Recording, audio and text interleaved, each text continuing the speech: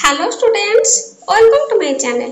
आज आम भिडियो रे अष्टम श्रेणी साहित्य बहिर उद्बोधन कविताटीर प्रश्नोत्तर गुड़िक आलोचना करनेबा। प्रथमे 1 नंबर आस कथावार्ता हेबा। क काहा किरणर स्पर्श रे पद्म फूल फुटी थाए। उत्तर सूर्यଙ୍କ किरणर स्पर्श रे पद्म फूल फुटी थाए। ख उद्बोधन कविता रे महुमाछी विषय कवि कौन कहिसंती। उत्तर महुमाछी मधु संग्रह उद्देश्य आलस्य परित्याग करी अगण्य वन पर्वत रे विचरण करे। आम देशवासी बड़ विक्रम थिबा सत्वे आलस्य परायण होई दयनीय जीवन यापन करुथिबा देखि कवि सेमानकु कर्म तत्पर हेबा पई उद्बोधन देबा उद्देश्य उद्बोधन कविता रे महुमाछी कथा लिखिसंती। ग पिंपुड़ी ठारू आमर कौन शिखिबार अछि। उत्तर आगामी दिनर आवश्यकता पाई अनवरत श्रम करी खाद्य साइती रखिबा कथा आमर पिंपुड़ी ठारू शिखिबार अछि। घ जातिर उन्नति साधन पाई कवि कौन कहिसंती। उत्तर जातिर उन्नति करिबा पाई सर्वप्रथमे निजर मातृभाषा को उच्च और उन्नत करिबा पाई कवि परामर्श देइछंती। एहा व्यतीत से आलस्य त्याग करिबा पाई परामर्श देइछंती। मातृभाषा पोथी छुईबा को करे अन्य केउ जाति लज्जाबोध करे केउ मानकु लक्ष्य करी एही कथा कहा जाईछि। उत्तर मातृभाषा पोथी छुईबा को करे अन्य केउ जाति लज्जाबोध करे ए कथा मातृभाषा को निंदा करुथिबा और उपयुक्त मर्यादा देउनथिबा लोक मानकु लक्ष्य करी कहा जाईछि। 2 नंबर आस 2 बा 3टी वाक्य रे तळ प्रश्नर उत्तर लिखिबा। क सोई रहिथिबा सिंह की प्रकार असुविधा भोग करे। उत्तर सोई रहिथिबा सिंह को उपवास रहिबा को होई थाए कारण से जेते शक्तिशाली हेले मध्य ता मुहरे आपे आपे आहार आसी प्रवेश करे नहीं। ख निज ठारू अधिक बलशाली जंतु मानकु मनुष्य आयत करि परिछि एहार कारण कोन। उत्तर मनुष्य निजर ज्ञान कौशल प्रयोग करी निज ठारू अधिक बलशाली गज सिंह और व्याघ्र आदि जीव मानकु आयत करि परिछि। ग मनुष्यर उन्नति सहित भाषार की संपर्क रहिछि। उत्तर मनुष्यर उन्नति सहित भाषार गभीर संपर्क रहिछि कारण उपयुक्त भाषा ज्ञान नथिले व्यक्ति विशेष कला बल कौशल कलारे सामर्थ्य परिप्रकाश करि पारे नाही। घ कौन पाई आमे हृदय रे उच्च अभिलाष पोषण करिबा। उत्तर मातृभाषार स्वाभिमान सुरक्षा और उन्नति पाई हृदय रे उच्च अभिलाष पोषण करिबा दरकार फल रे आमे समाज रे उच्च सम्मानर अधिकारी होई परिबा। कवि देशवासी को की आह्वान देइछंती। उत्तर कवि देशवासी को आह्वान जणाई कहिसंती निजको उच्च करिबा को हेले निजर मातृभाषा और मातृभूमि को उन्नत कर प्रतिवेशी सहित समकक्ष हेबा को हेले शुभ कर्म पथरे अग्रसर हुओ मातृभूमि और मातृभाषा पई निजको उत्सर्ग कर।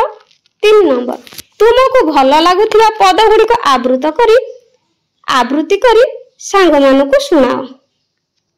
उत्तर पिला माने तुम माने जे पद गुड़िक भल लागुची से गुड़िक पिला मानकु पढ़ी सुनाइब। 4 नंबर आस तल प्रश्न गुड़िकर उत्तर 100 रु 120 शब्द मध्य लिखिबा। एठारे दीर्घ उत्तर मूलक लिखिबा। क जीवन को सफल करिबा पई कवि देशवासी को की परामर्श प्रदान करिसंती। उत्तर ओडिया आधुनिक साहित्यर जने पट्ट पुरोधा थिले स्वभाव कवि गंगाधर मेहर ओडिशार नद नदी बनगिरी कानन कांतार तांको यशस्वी लेखनी मनरे अमरत्व लाभ करिछि तांकर रचना गुड़िक मध्य तपस्विनी प्रणय बल्लरी कीचकबध इंदुमती उत्कल लक्ष्मी अर्घ्य थाली कृषक संगीत इत्यादि उल्लेखयोग्य। उद्बोधन कविताटी कवि अर्घ्य थाली पुस्तक संगृहित। एठारे जीवनर साफल्य निमित्त केतेक अमूल्य सुपरामर्श उद्बोधित होइछि। जीवनर साफल्य व्यक्ति कर्म प्रवणता उपर निर्भरशील। नवोदित बाल सूर्यर पवन स्पर्श क्रियाशील होई पद्म विकसित हुए। प्रभातर मांगलिक गाई गाई ଦଳ ଦଳ ବିହଙ୍ଗ ଆହାର ବିହାର କରିବା ପାଇଁ ତତ୍ପର ହୋଇ ଉଠେ। ଦୂର ଦୂରାନ୍ତକୁ ଉଡ଼ି ଯାଆନ୍ତି। ବନବନାନୀ ଓ ଶୈଳ ଶିଖରରେ ଘୁରି ବୁଲି ମଧୁମକ୍ଷିକା ମଧୁ ସଂଗ୍ରହ କରେ।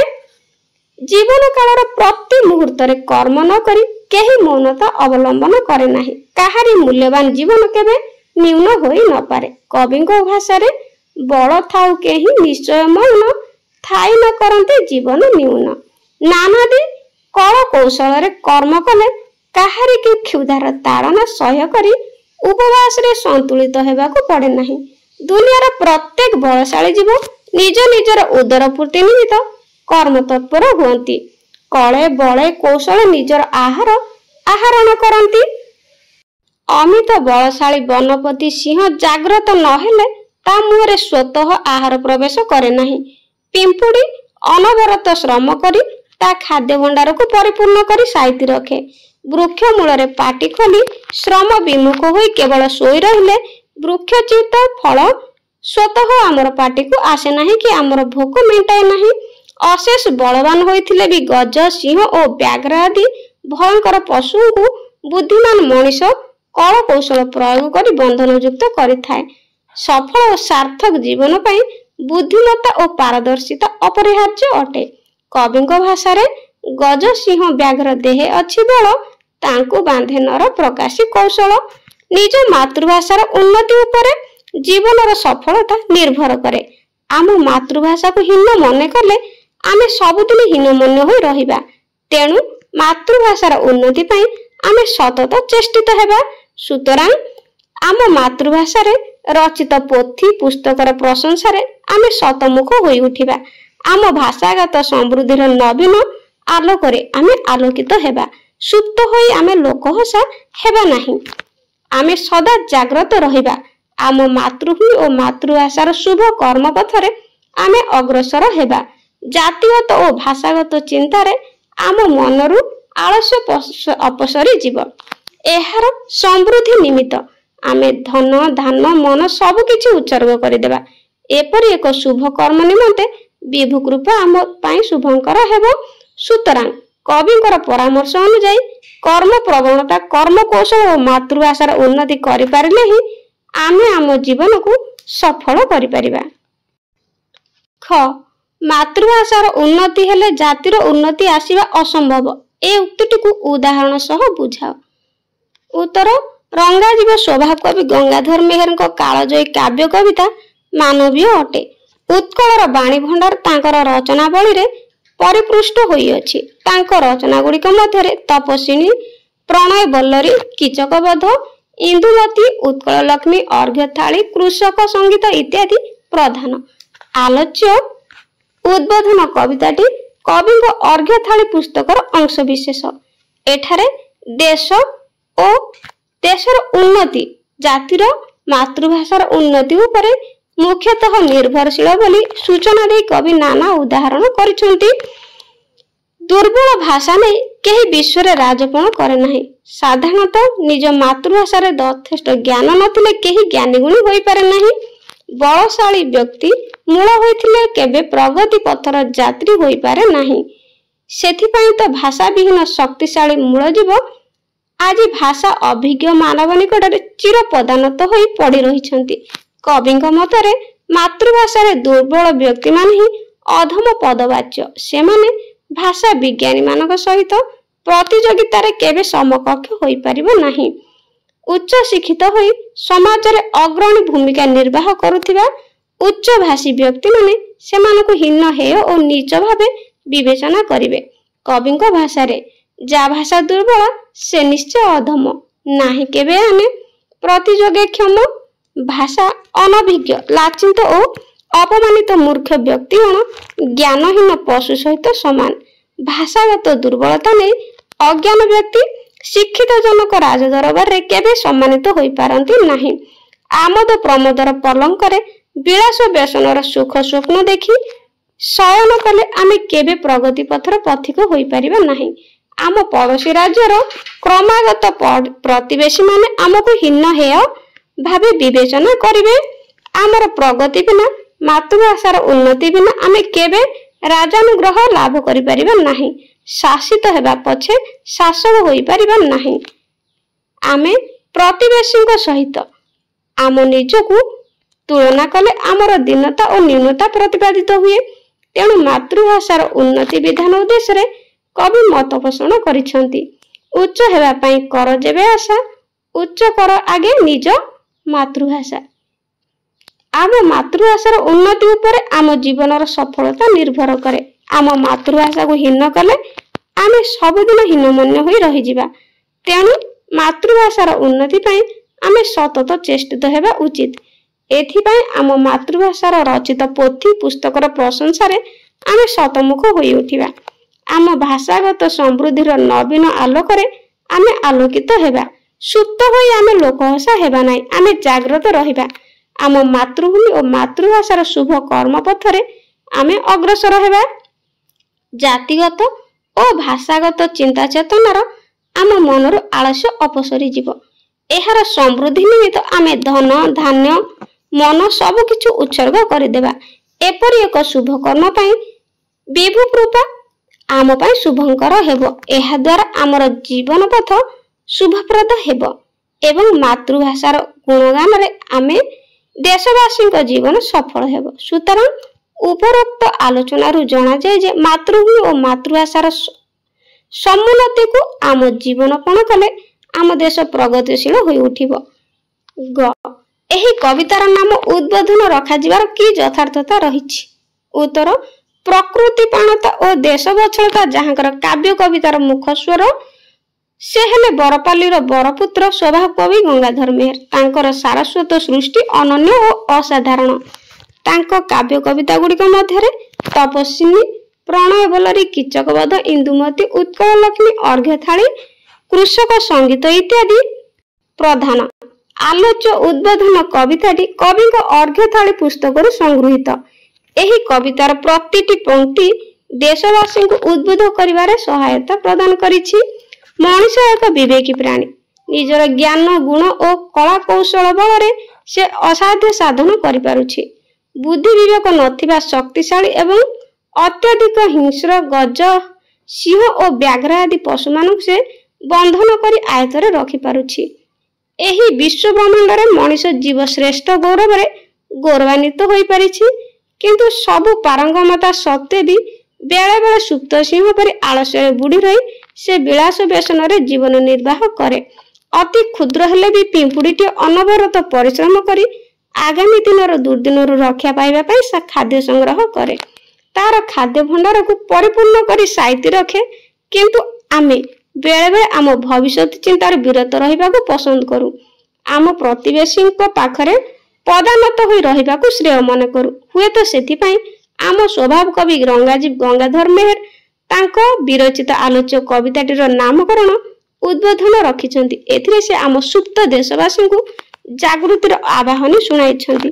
ନିଜ ଗୁଣଗୁଡ଼ିକୁ ବିକଶିତ କରି କର୍ମପ୍ରବଣ ହେବା ପାଇଁ କବି ଆମକୁ ଉଦ୍ବୋଧନ କରି ଗାଇ ଉଠିଛନ୍ତି। ମେଲିଥିଲେ ପାଟି ଶୋଇ ବୃକ୍ଷ ତଳେ, ବୃକ୍ଷଚ୍ୟୁତ ଫଳ ନ ପଡେ କବଳେ। ସମୃଦ୍ଧ ମାତୃଭାଷା ମାତୃଭୂମିର ନରନାରୀକୁ ଉଚ୍ଚାସୀନ କରେ। ଉଚ୍ଚାଭିଳାଷୀ ହେବାକୁ ହେଲେ ନିଜ ମାତୃଭାଷାକୁ ସର୍ବପ୍ରଥମେ ଉଚ୍ଚ କରିବାକୁ ହେବ। ଆମୋଦ ପ୍ରମୋଦର ପଲଙ୍କରେ ବିଳାସ ବ୍ୟସନର ସୁଖ ସ୍ୱପ୍ନ ଦେଖି ଶୟନ କଲେ ଆମ ରାଜ୍ୟର ଉନ୍ନତି କେବେ ହୋଇପାରିବ ନାହିଁ। ଆମ ପଡୋଶୀ ରାଜ୍ୟର କ୍ରମାନ୍ୱତ ପ୍ରତିବେଶୀମାନେ ଆମକୁ ହୀନହେୟ ଭାବେ ବିବେଚନା କରିବେ। ଆମର ପ୍ରଗତି ବିନା, ମାତୃଭାଷାର ଉନ୍ନତି ବିନା କେବେ କେବେ ଶାସକର ରାଜାନୁଗ୍ରହ ଲାଭ କରିପାରିବା ନାହିଁ। ତେଣୁ ଆଲୋଚ୍ୟ ଉଦ୍ବୋଧନ କବିତାରେ ଜଣେ ସ୍ମାରକ ଭାବରେ କବି ଆମକୁ ସ୍ମରଣ କରାଇ ଦେଇ କହିଛନ୍ତି, ଉଚ୍ଚ ହେବା ପାଇଁ କର ଯେବେ ଆଶା, ଉଚ୍ଚ କର ଆଗେ ନିଜ ମାତୃଭାଷା। ଲାଞ୍ଛିତ ଓ ଅପମାନିତ ମୂର୍ଖ ବ୍ୟକ୍ତି ଜ୍ଞାନହୀନ ପଶୁ ସହିତ ସମାନ। ଭାଷାଗତ ଦୁର୍ବଳତା ନେଇ ଅଜ୍ଞାନ ଅଧମ ବ୍ୟକ୍ତି ଶିକ୍ଷିତ ଜନକ ରାଜ ଦରବାରରେ କେବେ ସମ୍ମାନିତ ହୋଇପାରେ ନାହିଁ। ତେଣୁ ମାତୃଭାଷାର ଉନ୍ନତି ପାଇଁ ଆମେ ସତତ ଚେଷ୍ଟିତ ହେବା ଉଚିତ। ଏଥିପାଇଁ ଆମ ଭାଷାଗତ ସମୃଦ୍ଧିର ନବୀନ ଆଲୋକରେ ଆମେ ଆଲୋକିତ ହେବା। ସୁପ୍ତ ସିଂହ ଆମେ ଲୋକହସା ହେବା ନାହିଁ। ଜାତିଗତ ଓ ଭାଷାଗତ ଚିନ୍ତାରେ ଆମ ମନରୁ ଆଳସ୍ୟ ଅପସରି ଯିବ। ଏହାର ସମୃଦ୍ଧି ପାଇଁ ଆମେ ଧନ ଧାନ ମନ ସବୁକିଛି ଉତ୍ସର୍ଗ କରିଦେବା। ସେଥିପାଇଁ आलोच्य उद्बोधन कवितार कवि आमको उद्बोधित कर शुणाई अछंती। शुभ्र पथे विभु करिवे मंगल शुभ कर्म हेबा जीवन सफल। सुतरां आम पठित कविता उद्बोधन प्रति पदरे उद्बोधन बाणी शुणाई कवि आमको आमर मातृभूमि और मातृभाषा उद्देश्य उद्बोधन कराइथिबारु कविताटीर नामकरण यथार्थता अटे। 5 नंबर आस सरल भाषा बुझाई लेखिबा। क एठार आम सरल अर्थ लेखिबा। सुप्त सिंह मुखे न पशे आहार श्रमे पिपीलिका पुराए भंडार। उत्तर सुप्त सिंह डट डट पुराए भंडार। उक्त पद्यांशटी स्वभाव कवि गंगाधर मेहर रचित उद्बोधन कवितारु आनीत। एठारे कवि सबुबेले सोई रहिथिबा सिंहटीर दुर्भाग्य और अनवरत श्रम करी खाद्य संचय करुथिबा पिंपुड़ीर सौभाग्य कथा वर्णना करिसेंती। एही विश्व सृष्टि रे भगवान कर्म तत्पर हेबा पई आमको बल प्रदान करिसेंती। निज निजर सुख सौभाग्य पई समस्ते कर्मक्षम होइथांती। सकाळे सूर्य उइले पद्म पाखुड़ा मेलाए। पक्षी माने आचार आहार विहार पई बसा छाड़ी चारिआडे उली बुलंती। महुमाछी मधु संग्रह करे। शक्ति सामर्थ्य थाउ थाउ केही न्यून मनोभाव बसी न रही सतत कर्म प्रवण होई उठंती। पशुराज सिंह वनपति से अप्रमित बलर अधिकारी। तार भीम भैरव गर्जन रे वन पर्वन प्रकोपित होई उठे। मात्र सिंहटी जदि सर्वदा सोई रही आलस्य परायण हुए तेबे ताकू उपवास रे भोकिला रहिबाकू पड़े। ता मुहरे आहार आसी आपे आपे प्रवेश करे नहीं। आहार पाइबाकू हेले ताकू शिकार करिबाकू पड़े। पिंपुड़ीटी अनवरत श्रम करी आगामी दिनर दुर्दिन को लक्ष्य करी खाद्य संग्रह संचय करी तार भंडार पूर्ण करे। क्षुद्र हेले भी से निज गुण रे महान अटे।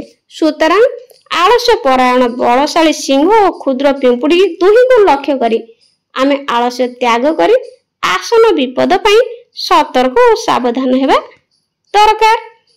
ख उच्च हेबा पई कर जेबे आशा। उच्च कर आगे निज मातृभाषा। एठारे सरल अर्थ लेखिबा। उत्तर उच्च हेबा पई डट डट निज मातृभाषा। संस्कृत पद्यांशटी स्वभाव कवि गंगाधर मेहर रचित उद्बोधन कवितारु गृहीत। एठारे कवि निज मातृभाषार समृद्धि पई अभिलाष पोषण करबाकू देशवासी को आह्वान जणाइछंती।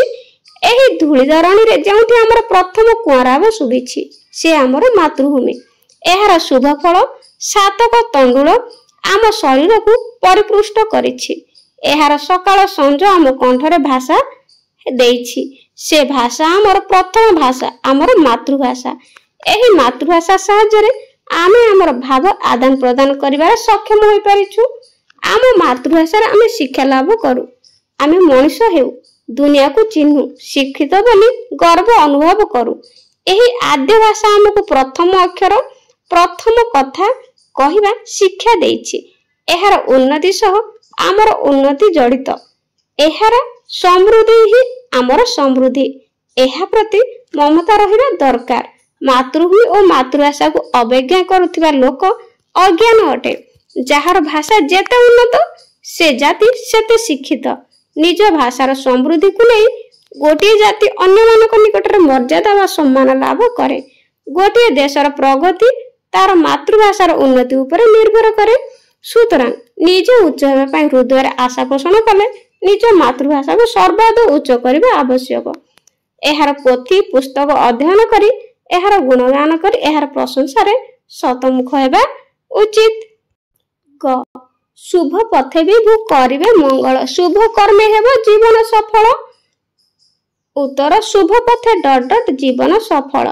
संस्कृत पद्यांशटी स्वभाव कवि गंगाधर मेहर लिखित उद्बोधन कवितार गृहीत। एठारे कवि उत्कलीय मानक मनरे प्रेरणा सृष्टि करिया पई भल काम लागि भगवान निश्चय सहायक हेबे बोली सूचना देइछंती। कवि देशवासी को आह्वान देई कहिसंती निजर मातृभूमि और मातृभाषा को केबे हेले हीन दृष्टि रे देखिबा नाही बरं उच्चाभिलाषी होई आम मातृभाषा रे रचित पोथी पुस्तक रे शतमुख होई उठिबा। आम भाषागत समृद्धिर नवीन आलोकरे आमे आलोकित हेबा। आम मातृभूमि और मातृभाषार शुभ कर्म पथरे आगे जिबा।